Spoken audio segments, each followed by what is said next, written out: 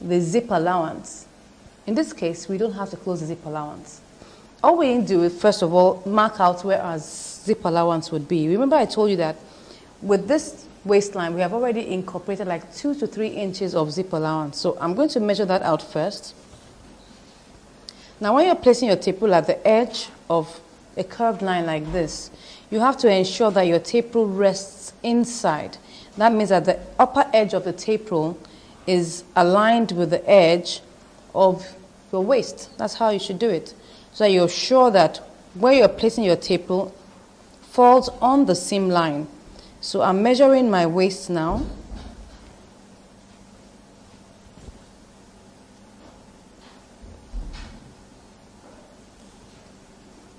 You can see that I'm measuring it along the line. And what I have is 27 inches. Remember that my waist is 25. So if I subtract 25 from 27, I get 2 inches. If I divide that into 2, I have 1 inch zip allowance on both sides.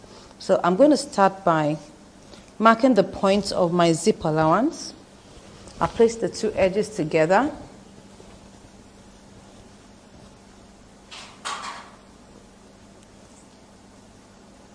And mark 1 inch.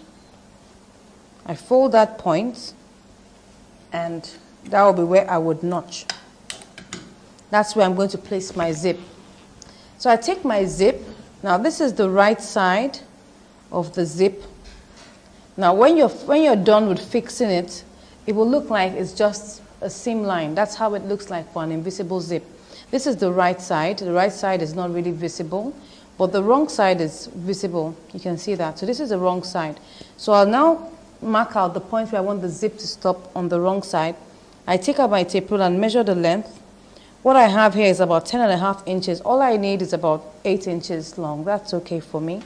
So I'll just take my tailor's chalk and mark it here. I think I've taken a note of where that is. So I'll mark it there like that. I'll mark it on the other side like that. So I have the marks on 2 sides. Now it's very important that we mark this. If we don't mark it, we would not get our zips being equal and the same on each side. So once I've done that, I open up my zip like that. Now if I do that and I roll it over, you can see that the zip rolls over.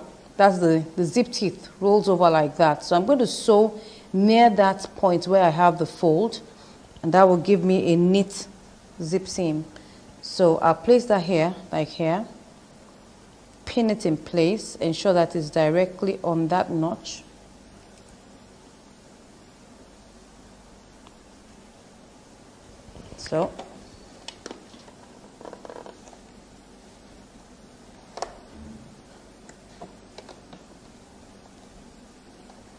So I roll it open, and I now begin to stitch.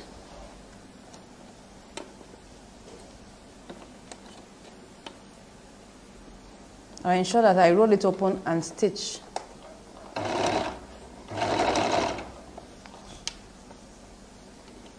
I stitch down to where I have my point. I ensure that I roll it open. That's the only way you can get to see.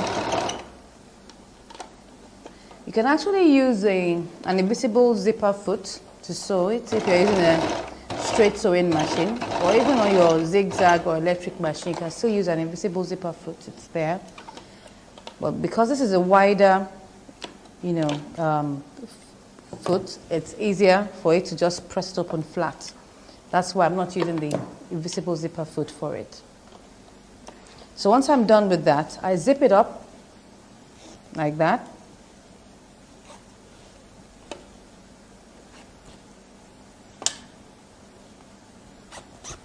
You can see that it's zipped up now. You can see that I've done this side. I'm going to sew the second side. So I'll zip it up first, and then put it on the other side. Can you see that? Now the reason why I have to zip it up is that if you don't zip it up, it's possible that you could twist your zip without knowing it. And once you're sewing it, you now find out that it's twisted, and that could be really frustrating. So once I've done this, I zip it up, I now pin it back up like that, and I unzip. This is quite safe for me now. So once I've done that, I'll do exactly what I've done on the other side.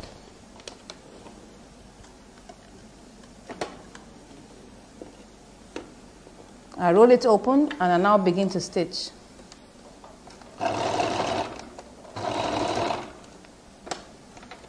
Yeah.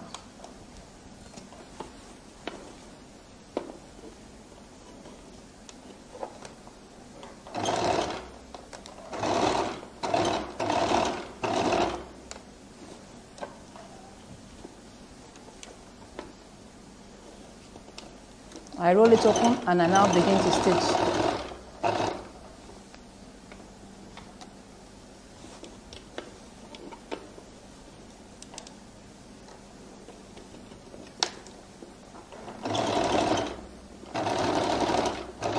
So once I get to that point, I now tighten that point.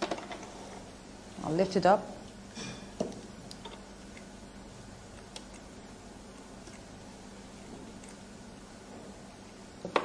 Now, what I'll do now will be to zip it up completely.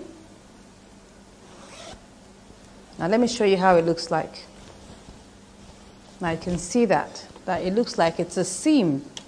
You don't really see the zip. That's why it's so nice to use an invisible zip, because that's why it's called invisible zip. It's meant to be invisible. So this is how it looks like. So next thing for me now would be to join this open edge here. So we turn it back. I pin these two together.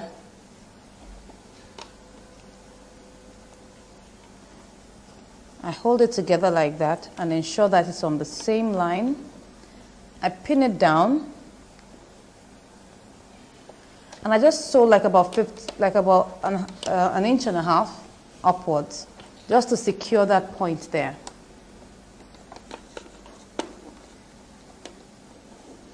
I sew it to meet where this line is, where I just finished sewing my stitch.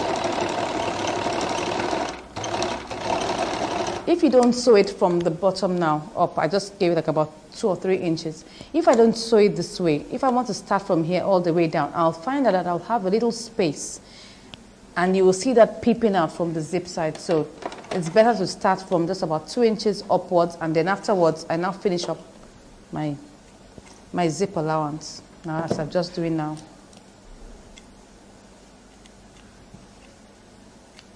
So I can remove this pin and just continue and finish up the seam.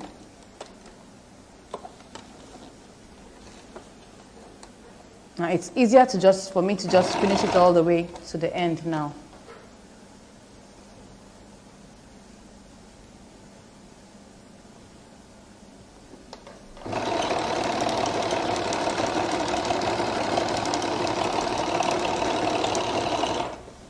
Now you can see that I've sewn my zip allowance now. So I just need to use my lining to turn it.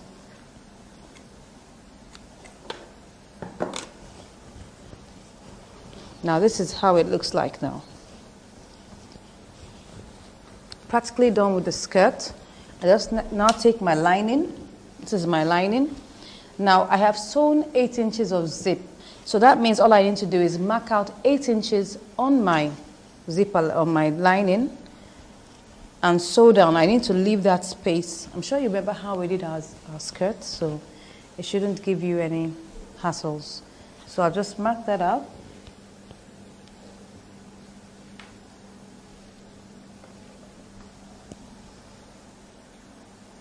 Now because this is lining, it's possible it could stretch a little bit more than fabric, so I'm sure that okay, let's just measure out 8 inches, or about say maybe, yeah, 8.5 inches is fine. So I pin that.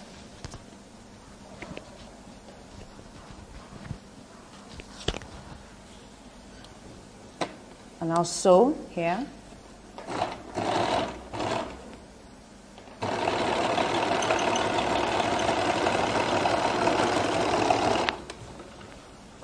You can see that the flared skirt is very easy to sew Very easy to sew. The only thing is that it takes a lot of fabric, so you should be prepared to use a lot of fabric to make your either your fully flared skirt or your semi-flared skirt or your quarter flared skirt.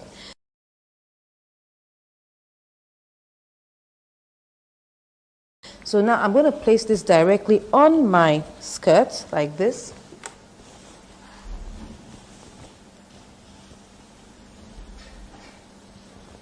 Oh, sorry. Turn it upside down. Fine. This is where my zip is. So I'll now take my lining, put it directly on it like that. You can see this is the right side of my lining. I'm facing it to the right side of my fabric. So the first thing I do is to take my notched area. This is my notched area. Place it on the notched waist. Once I've done that, I can now begin to pin.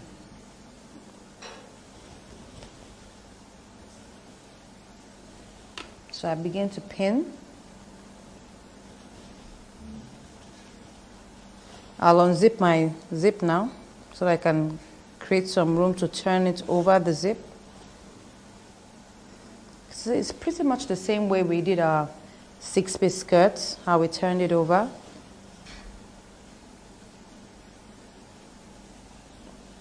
So the excess here, I just turn it over like that. It doesn't necessarily have to stay closed here because it's also on a flare. So I'll just allow it to just drop gently like that.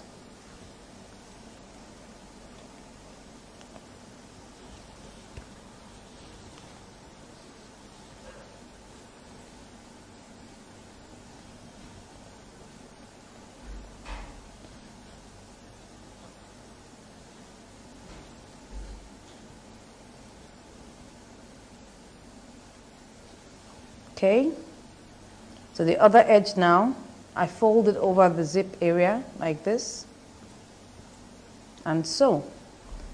So I'm going to sew my seam allowance.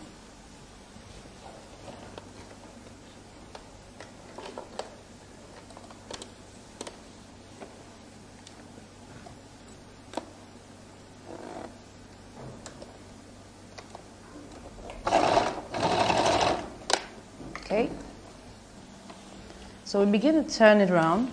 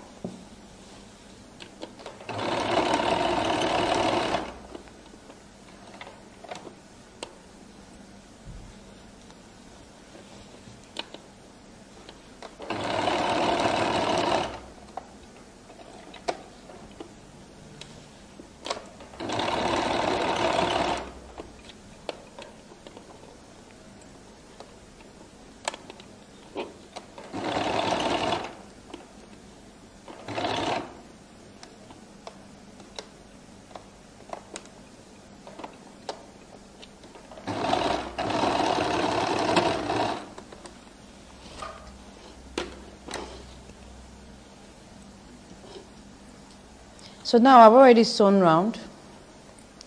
I'll now begin to notch all the way round. Remember that this is a waistline, so we just have to notch all the way around.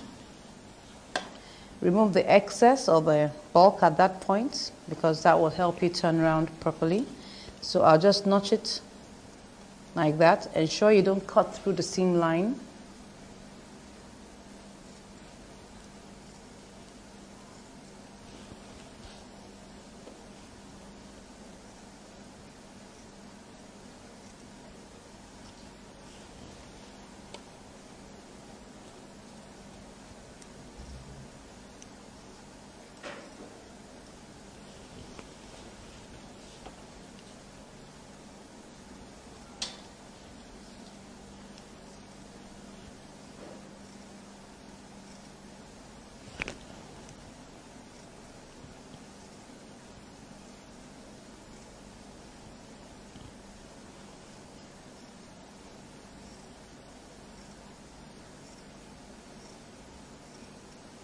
So we'll cut off the excess here too.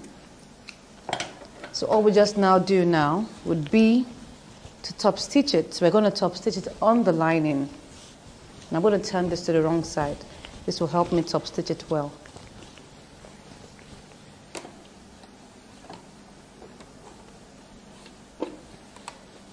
So I'll top stitch on the lining.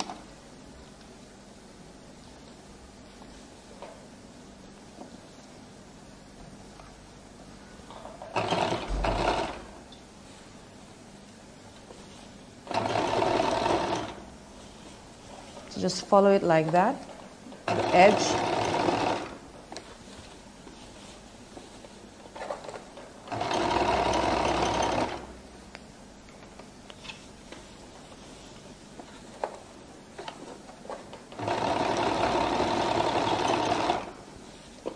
Ensuring that your top stitch makes the edge of the waistline firm, and it keeps your lining in properly.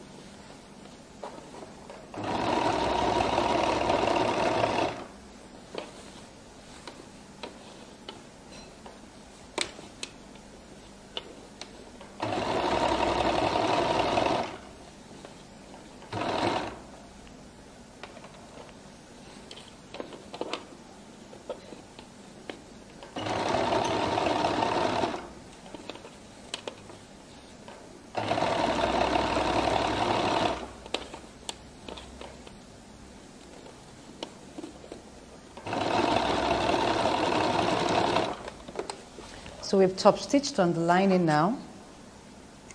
We're now going to turn it in and now top stitch on the fabric, or rather edge stitch, because we're now top stitching at the edge, so that's edge stitching. So I'll turn this in. You can see that now it's turned in.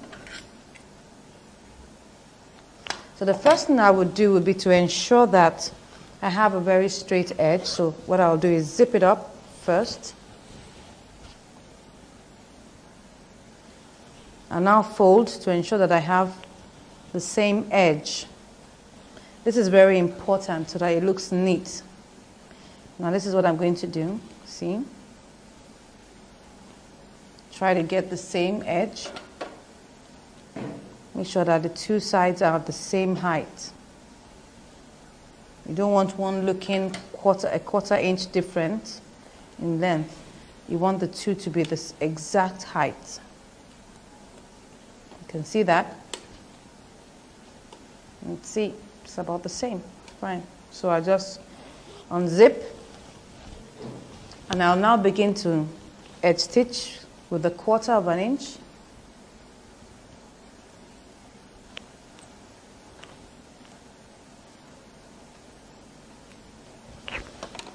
You can see that we're actually done with our skirt. It's so easy to make. Good. So I now begin a top stitch, 1/4 inch round the waist.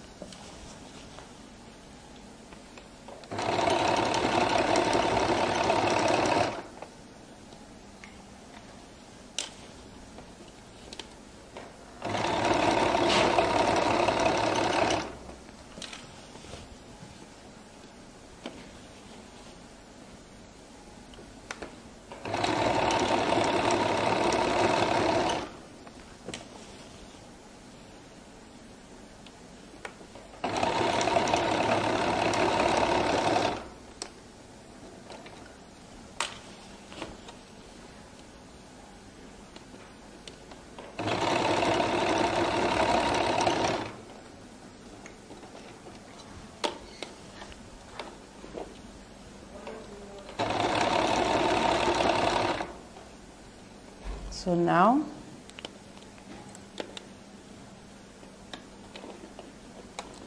I'll finish that up.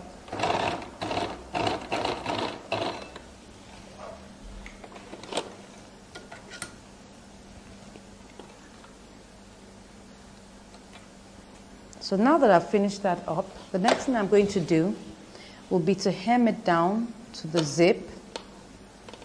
That's the next thing we're going to do now.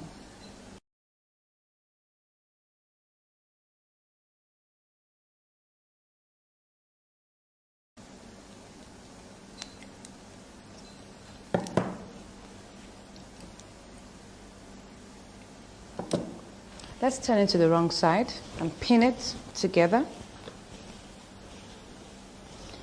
Now, look at what we've done.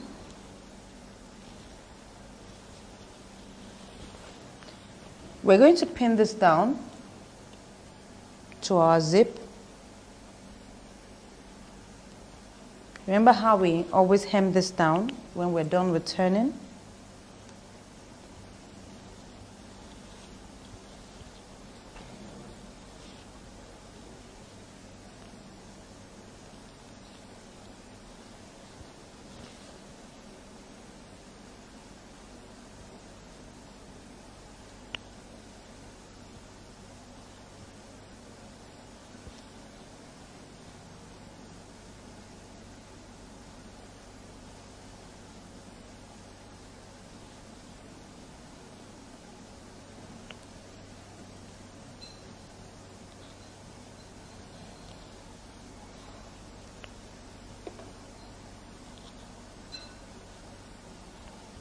So let's pick our needle and begin to hem.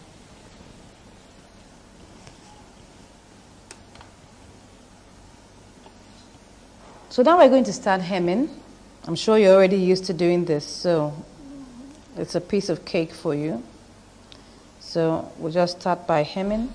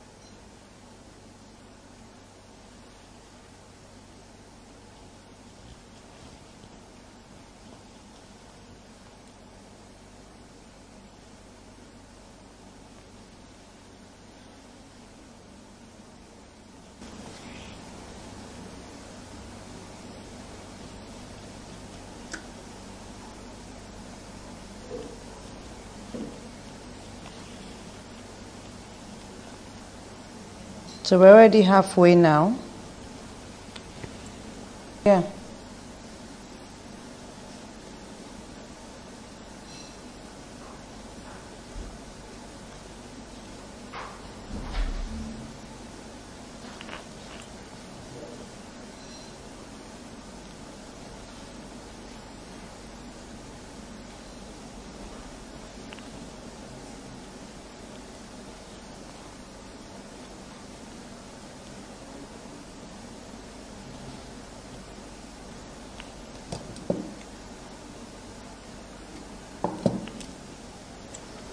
So now we have finished our hemming. So we'll now go to the ironing board, press it, and then try it on our mannequin. So we're going to start ironing by pressing open our zip allowance so that you have a flat seam there.